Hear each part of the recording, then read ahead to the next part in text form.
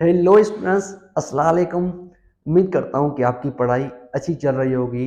आज का lecture number 4 है जिसमें हम कंडेंसेशन एंड हाइड्रोलाइसिस पढ़ेंगे। केमिकल कंपोजिशन आपसे इलाकों में पढ़ा चुका हूँ। इंपॉर्टेंस ऑफ बायोकेमिस्ट्री के बारे में बता चुका हूँ। ठीक है, बायोमॉलिक्यूल्स उसके टाइप से सारे पढ़ा दिए हैं डिटेल में। ठीक है, ये चीज़ें कवर हैं तो इस टॉपिक पर आ जाना है। नहीं कवर है फिर भी समझ आ जाएगा, कोई दिक्कत नहीं है। ये आपका इंपॉर्टेंट है, ये पास पेपर में चेक करोगे तो कंडेंसेशन के रिलेटेड एक दो क्वेश्चंस एमडी गेट के आपको मिल जाएंगे। ठीक है, ये मैं टॉपिक स्टार्ट करने से पहले सिर्फ आपका 1 मिनट लूंगा, कुछ चीजें बताना चाहता हूँ। देखो बच्चों, कभी कभी हम टॉपिक को क्लियर कराने के लिए आउट ऑफ सिलेबस चले जाते हैं, क्योंकि आपका जो सिलेबस है वो कॉन्साइज है, बिल्कुल ही शार्ट है। आउट ऑफ सिलेबस जाने के बाद भी आपका कितनी स्टूडेंट्स का कॉन्सेप्ट क्लियर नहीं होता है। तो प्लीज मैं आपको बताऊंगा, ठीक है, आप मुझसे कोई नहीं होगी थी कि आपकी दिक्कत जे आप किसी टीचर्स के साथ पढ़ रहे हो तो उस चीज को कंसाइज करने की कोशिश करो। जो आउट ऑफ सिलेबस है ना उसको छोड़ो, जो चीज समझ नहीं आ रही उसको रट लो। नहीं समझे? आउट ऑफ सिलेबस टीचर जा रहा है, 1 मिनट की टॉपिक है, उसको आउट ऑफ सिलेबस पढ़ा रहा है 15 मिनट उसको कॉन्सेप्ट समझाने के लिए, तो सीधा सा 1 मिनट की टॉपिक है उसको रट लो। इतना जाने की जरूरत नहीं है, टाइम बचाना है आपको। टाइम बचाओगे। मैं आपको देखो, अभी मैं बायोमॉलिक्यूल्स करवा रहा हूँ, जब मेरे साथ ही इसके नोट्स बनाते जाओगे ना, 20 से 30 पेजेस का ये नोट्स बनेगा आपका, गारंटी देता हूँ। ठीक है, जाकर अभी लिख लो, चैप्टर खत्म होने के बाद कमेंट में बता देना है। ठीक है, 20 से 30 पेज, क्या आप ऐसे रिवाइज कर सकते हो? उसको पॉसिबिलिटी ही नहीं है ना। ठीक है, रिवाइज करने के लिए आपको मैं रिवीजन दूंगा। मैंने कहा ना कि मेरे से तकलीफ नहीं होगी, बट ऐसे नहीं तो सारे सब्जेक्ट मैं तो नहीं पढ़ा रहा हूँ ना, दूसरे टीचर से भी आप पढ़ रहे होगे। ठीक है, अब मैं तो रिवाइज करवाऊंगा। ठीक है, अब for example important of water 10 pages का है, तो मैं 2 पेजेस में आपको रिवाइज करवाऊंगा। यहाँ पर जब इम्पॉर्टेंट ऑफ वाटर खत्म कर दिया ना, तो मैं आपको रिवाइज करवाऊंगा, शॉर्ट नोट्स बनवाऊंगा, कोई दिक्कत नहीं है, मुझसे तकलीफ नहीं होगी। बट ये चीजें आपको मैं बता रहा हूँ। अभी इस 30 पेजेस को कोशिश करो कि 5 पेजेस या 2 पेजेस में कंसाइज करो। कंसाइज करोगे तो रिवीजन में आपको मजा आएगा। रिवीजन में आपको मजा आएगा तो एमडी गेट में आप अच्छी सी 80 मार्क ले सकते हो, चाहे एमडी गेट हो चाहे कोई और टेस्ट हो। इसलिए इन चीजों को देखो, ध्यान से सुनो। ठीक है, कभी कभी देखो, आपको टीचर्स की समझ नहीं आती है, आपको टीचर की खुद मेहनत करनी पड़ती है। अभी कोशिश करो टीचर अच्छे ले लो। ठीक है, टीचर अच्छे नहीं होंगे ना, तो टीचर की मेहनत आपको करनी पड़ेगी, स्टूडेंट की मेहनत भी आपको करनी पड़ेगी, जो इतना टाइम आपके पास बिल्कुल नहीं है। ठीक है, ऐसे टीचिंग करने हम नहीं आते हैं बच्चे, नहीं नहीं, आपसे दुगना पढ़ना पड़ता है, ऐसे नहीं। ठीक, इसलिए टीचर अच्छा होना चाहिए सब्जेक्ट का। उसके बाद आप 6 घंटे एवरी डे पढ़ो, सिलेक्शन आपका पक्का होगा। चलो स्टार्ट करते हैं टॉपिक को। ये चीजें कंसाइज करने की कोशिश करो और इनको लिमिटेड बनाने की कोशिश करो। एवरी डे 6 घंटे पढ़ो, 10-12 घंटे, 3 मिस, इतने पढ़ने की जरूरत नहीं, 6 घंटे कंटिन्यूसली पढ़ो और ध्यान देकर पढ़ो। कुछ भी यूज नहीं करना, मोबाइल यूज नहीं करना, 6 घंटे में सिर्फ पढ़ाई करनी है। गारंटी देता हूँ 5 मिनट बाकी जो बचे हुए हैं इसमें आपका सिलेक्शन हो जाएगा।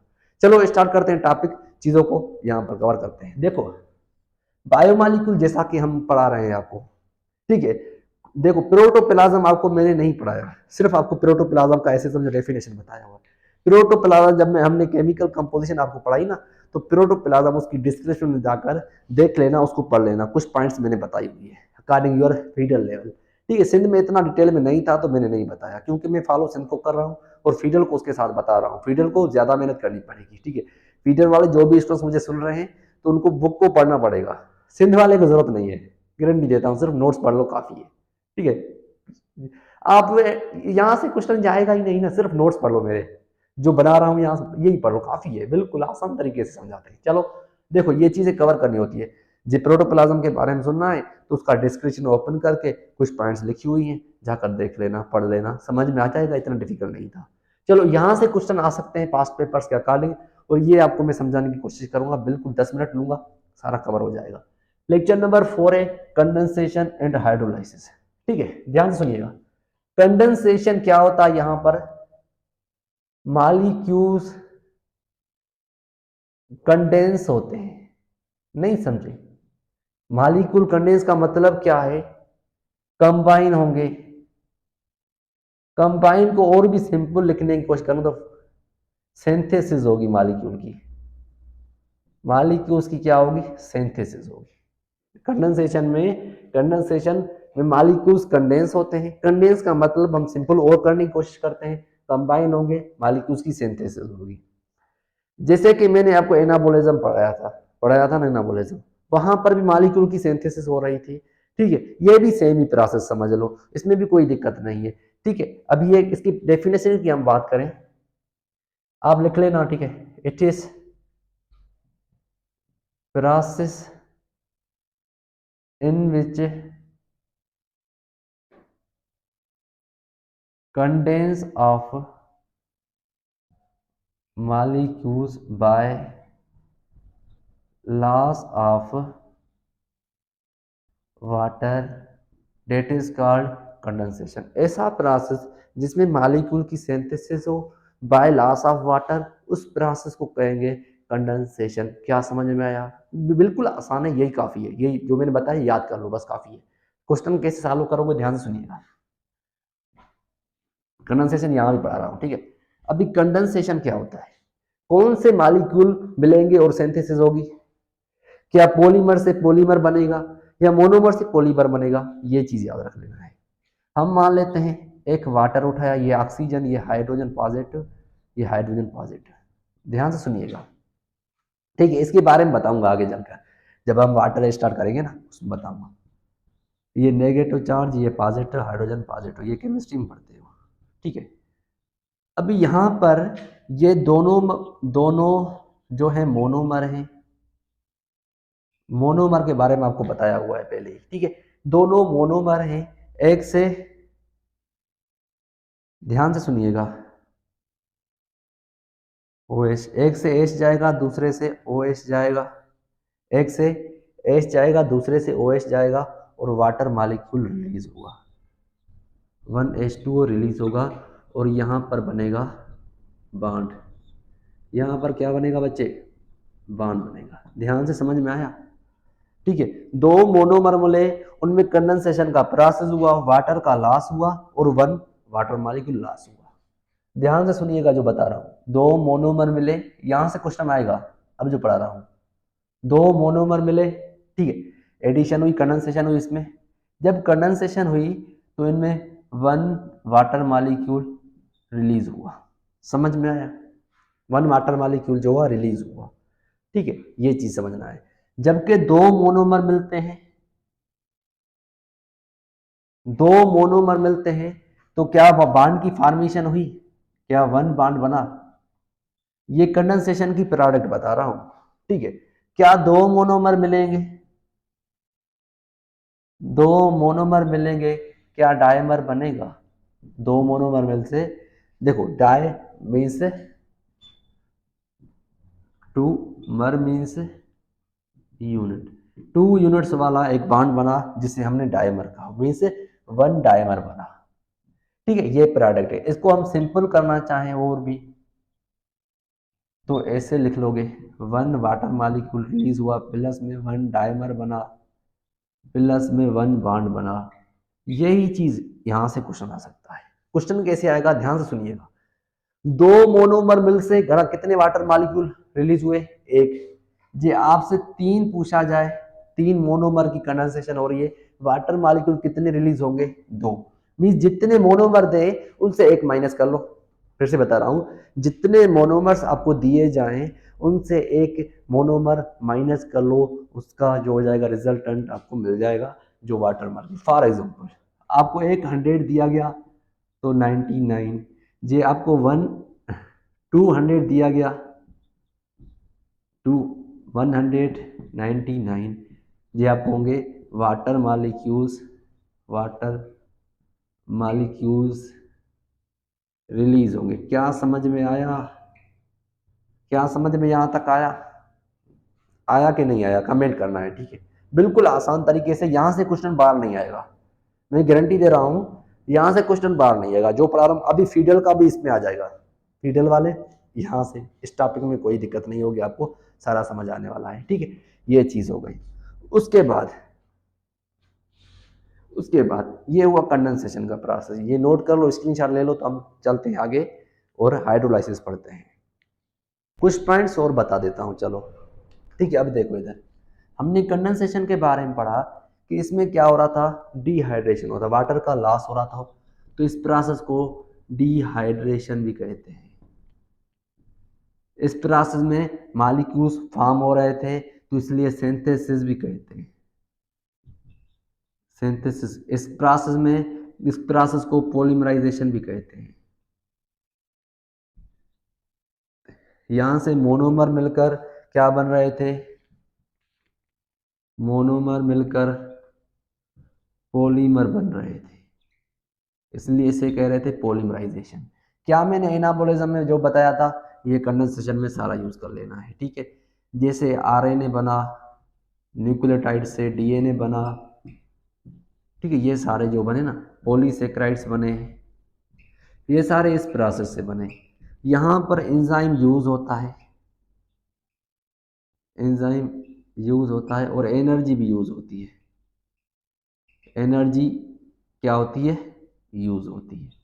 प्लीज इन पॉइंट्स को नोट कर देना है जो लास्ट में अभी अभी बताई, ठीक है। ये चीजें आपको मैंने एनाबोलिज्म में बताया था कि कवर करवाऊंगा, ठीक है। ये एनाबोलिज्म वाली जो भी चीजें बताई थी यहाँ पर मैंने सारी रिवाइज करवा दी है, ठीक है। वो लेक्चर फिर से भी देख लेना, जो नहीं देखा है ना तो देख लेना जरूर, ठीक है, जिसमें हमने आपको पढ़ाया है एनाबोलिज्म कैटाबोलिज्म। चलो देख लो इधर से, अभी इस साइड को भी मिटा रहा हूं, तब तक ये लिखी होनी चाहिए।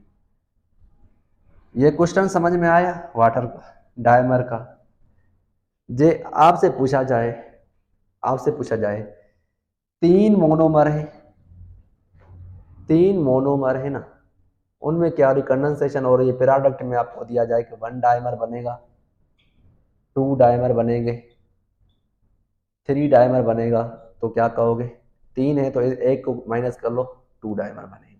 इस तरह बॉन्ड की फॉर्मेशन भी सेम ही है जैसे वाटर की बताई। तो ये क्वेश्चन यहां से आ जाए तो प्लीज इसमें कंफ्यूज मत होना है। उसके बाद हाइड्रोलाइसिस, इसके अपोजिट में सारा बच्चे, इसमें अपोजिट में इसमें, ठीक है। Energy hydrolysis, it is process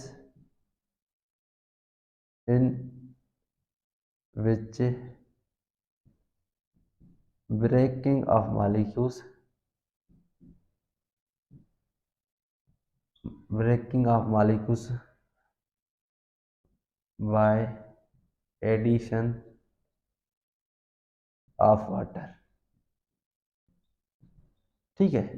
इसमें जैसे पॉलीसेक्राइड्स बने, इसमें मोनोसेक्राइड्स बन जाएंगे, ठीक है। ये कन्वर्ट हो जाएंगे मोनोसेक्राइड्स में, ये न्यूक्लियोटाइड्स में।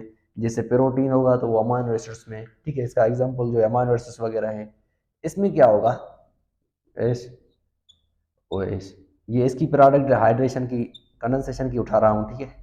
बेश यहाँ पर बॉन्ड है फॉर्म, यहाँ पर हमने वाटर को ऐड किया, एडिशन की वाटर की, ध्यान से सुनिएगा, हमने क्या किया, वाटर की एडिशन की। वाटर की एडिशन करने के बाद जो ये बॉन्ड हुआ, जिसके पास OH है उसके पास H चला गया, जिसके पास H है उसके पास OH चला गया, तो ये मोनोमर बन गए, जैसे पहले मैंने पढ़ाया। बाकी सारा कुछ इसके अपोजिट में होगा। जे आपको 100 मोनोमर बनाने हैं तो वाटर कितने ऐड करने पड़ेंगे, 99 वाटर के मॉलिक्यूल आपको ऐड करने पड़ेंगे, ठीक है।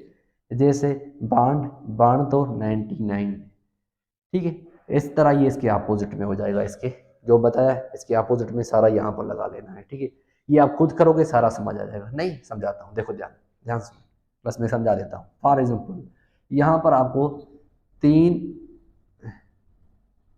मोनोमर की हाइड्रोलाइसिस करवानी है, तो कितने वाटर मॉलिक्यूल्स चाहिए, 2।